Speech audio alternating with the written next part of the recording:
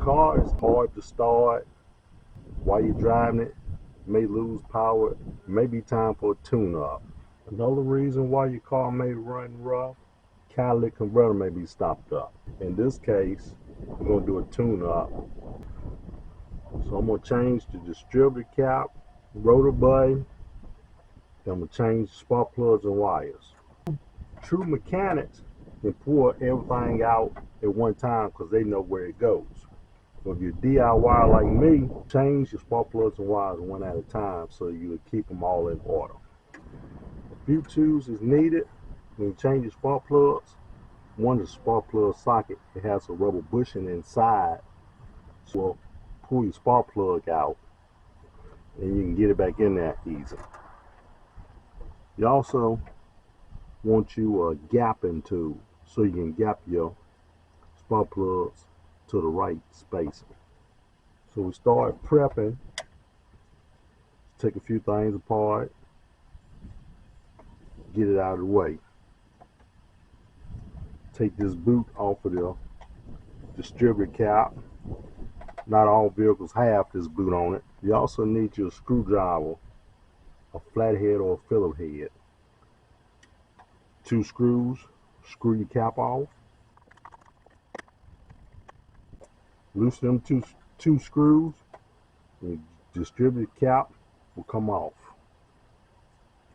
Inside there, you have a rotary button. That just pulls off. It's a D shape, so it's really gonna only go in there one way. Pull your old rotor button off, slide your new rotor on there.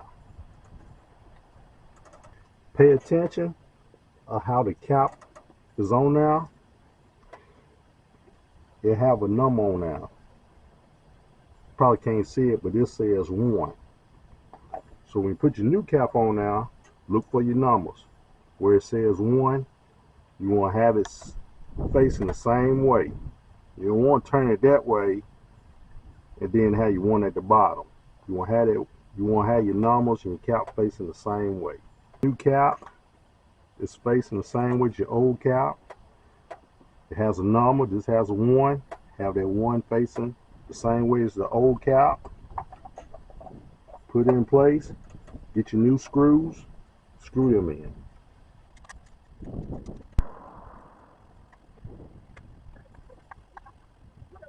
Your spark plug wires are all different lengths. So take your new ones and match them up with the length of your old ones. This set make it easy for you. They're already strapped together.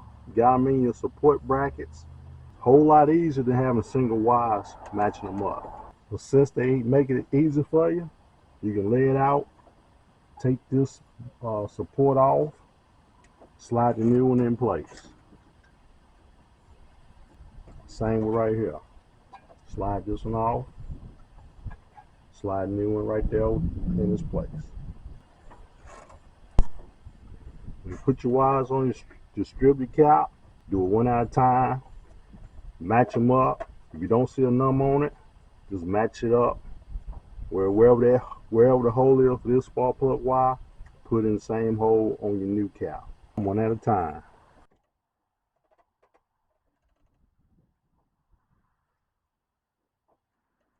When you put these spark plug wires on, when you know they in place, you either hear a pop, you can feel it. For me, as you're doing it one at a time with your cap, go ahead and take that spark plug wire off as well, so you can keep them all in order. Don't get them mixed up. So we got this short one on the cap. Now we'll take the spark plug off. Pull that first short wire off, and the metal end didn't come off, so I take it some kind of pair of pliers and pull that end out. Get your spark plug socket with that rubber bushing in it. Screw your plug out.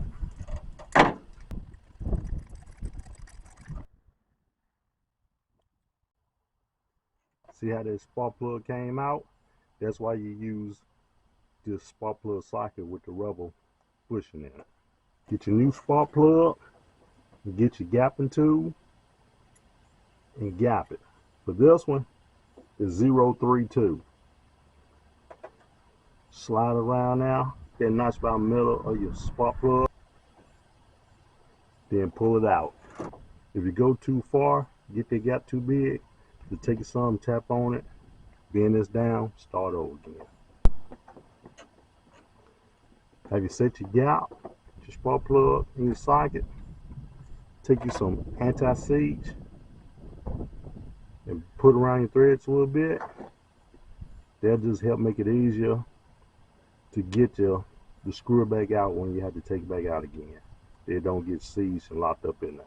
Put your spark plug back in place, screw it in. Take your time, screw your spark plug in now so you don't cross thread it.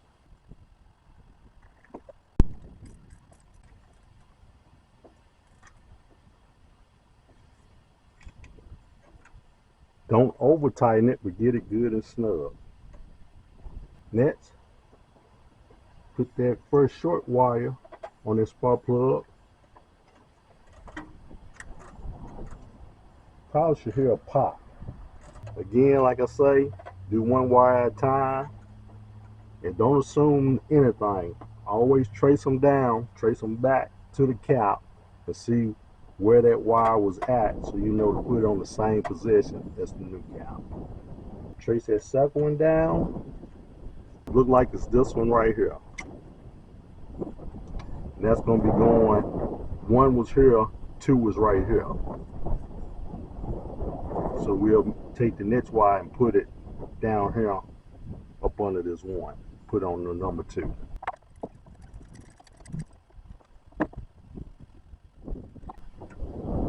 Alright, proceed just like how you done the first one. Get your gapping tube to put about the center. Get this line on the center of your spark plug. Remember, put that anti-seize on all of your spark plug threads. If you're not able to finger tighten this spark plug for a good amount of threads like this, then something's not right. You're getting it cross threaded. Once you get tight with your hand, you take your ratchet, finish tightening it up. Don't over tighten it, but get good and snug. Stick that wire on your spark plug. Like I say, you should hear a pop or click. Always check yourself. Trace it back down. Put that just where this one is on your old one. This is the second one. Gonna put that in back here. Pull the next one off.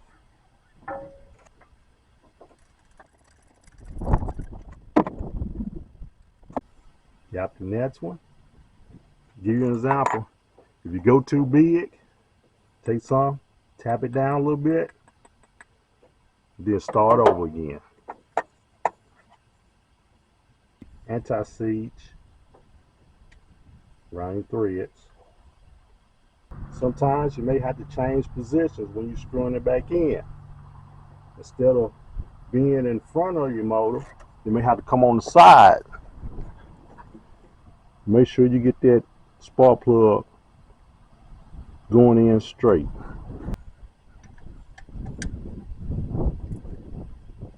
Good and snug. Sometimes that socket is not going to come straight back out, so you're going to have to wiggle it a little bit to loosen it up for it to come out. Take this wire, stick it on the spark plug. You should hear that click, that pop. Trace them wires down.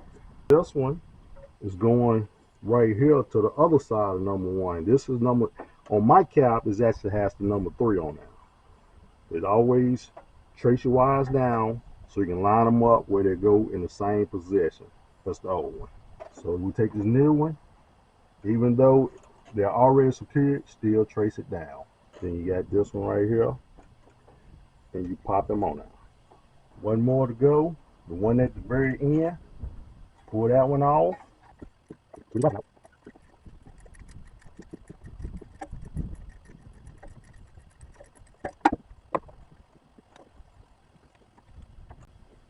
There you have it, last one. Again, stick it in your socket. Don't forget your anti-seize lubricant.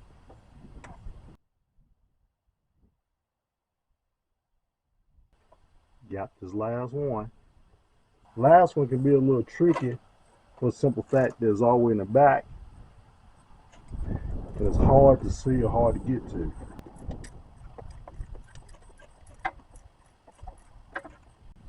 It is good and snug. The last wire over that spark plug, you hear that pop. Now, even though there's only one wire left on your cap, it doesn't hurt nothing to still trace and make sure you got everything in order. So this is longest wire on the old cap. See how it's positioned with the one up here. Trace that down, and that's right here below the 3, which my cap, it has number 4 labeled on it. You just pop that on there. Have one left, this one right here. So you just follow that one and put the new one where that one goes. So you look at it, you follow the center one down, and it's over here. Take this one and route it. Put this center one on your cap. You route it, and you come over here. Right here has this cap that you take off, where you can take your last wire and put it in here, get it in place. Then just take and put your cap back on it. Go back, look over it once or twice. Make sure everything is feel tight, snug, and in place. This is why I change my wires one at a time. If you have to, you can always go by this to double check yourself again. That's why you don't just rip all your wires out, then you don't know where they're going. A mechanic can do that. Person is not a mechanic. Just take your time and do it one by one. Put this boot back on here. Boot back in place. Crank it up. See how it runs. Go for a ride.